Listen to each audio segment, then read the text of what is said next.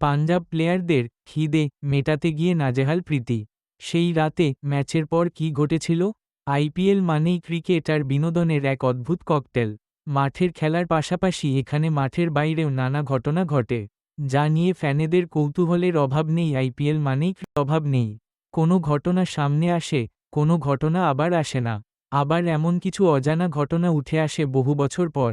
তেমন একটা ঘটনা গত আইপিএল চলাকালীন সকলকে জানিয়েছিলে পাঞ্জাব কিংস দলের অন্যতম কর্ণধার বলিউড অভিনেত্রী প্রীতি জিন্টা, যা অবাক করেছিল সকলকে। আইপিএলের মেগা ফাইনালের আগে আরও একবার জেনে নেওয়া যাক কী ঘটেছিল। প্রীতি জিন্টা জানিয়েছেন, 2009 সালে যখন আইপিএলে দক্ষিণ আফ্রিকার মাটিতে বসেছিল, সেই সময় প্রোটিয়া ভূমে দলের সঙ্গেই ছিলেন তিনি। একটি ম্যাচের আগে প্লেয়ারদের প্রীতি বলেছিলেন এই ম্যাচ জিততে পারলে তিনি আলু পরোটা নিজের হাতে বানিয়ে খাওয়াবেন। এমন প্রতিশ্রুতি তো দিয়েছিলেন বলিউড অভিনেত্রী, কিন্তু তার পরের অবস্থা বা পরিস্থিতি যে কী হতে পারে তা কথা দেওয়ার সময় ভেবে দেখেননি প্রীতি জিন্টা।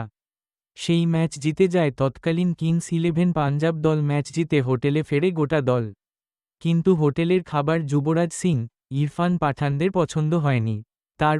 তারপর প্রীতির কথা মতো তার কাছে আলু পরোটা খাওয়ার দাবি জানায় ক্রিকেটাররা। প্রীতি খুশি খুশি বানানো শুরু করলেও পরে বুঝতে পেরেছিলেন কত বড় ভুল করেছেন তিনি। কারণ মোট 120টি আলু পরোটা বানাতে হয়েছিল।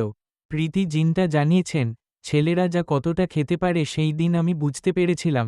মোট 120টি আলু পরোটা আমাকে বানাতে হয়েছিল, ফলে যুবরাজ পাঠানদের খিদে মেটাতে গিয়ে যে গলদঘর্ম অবস্থা হয়েছিল তা বোঝাই যাচ্ছে। প্রীতি জিন্টা ওই সাক্ষাৎকারে শেষে মজা করে বলেছেন, এরপর থেকে আমি নিজেই আলুর পরোটা তৈরি করা বন্ধ করে দিয়েছি।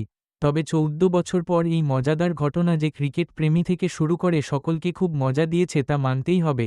প্রসঙ্গত, বর্তমানে 11 বছর পর ফের আইপিএল ফাইনালে উঠেছে প্রীতি জিন্টার দল। 18 বছর ধরে অধরা স্বপ্নপূরণের আরও একবার সুযোগ প্রীতির সামনে। শ্রেয়স আইয়ারের দল যদি চ্যাম্পিয়ন সুখ দিতে পারেন প্রীতিকে, তাহলে প্লেয়ারদের নিশ্চয়ই বড় কোনো উপহার দেবেন প্রীতি।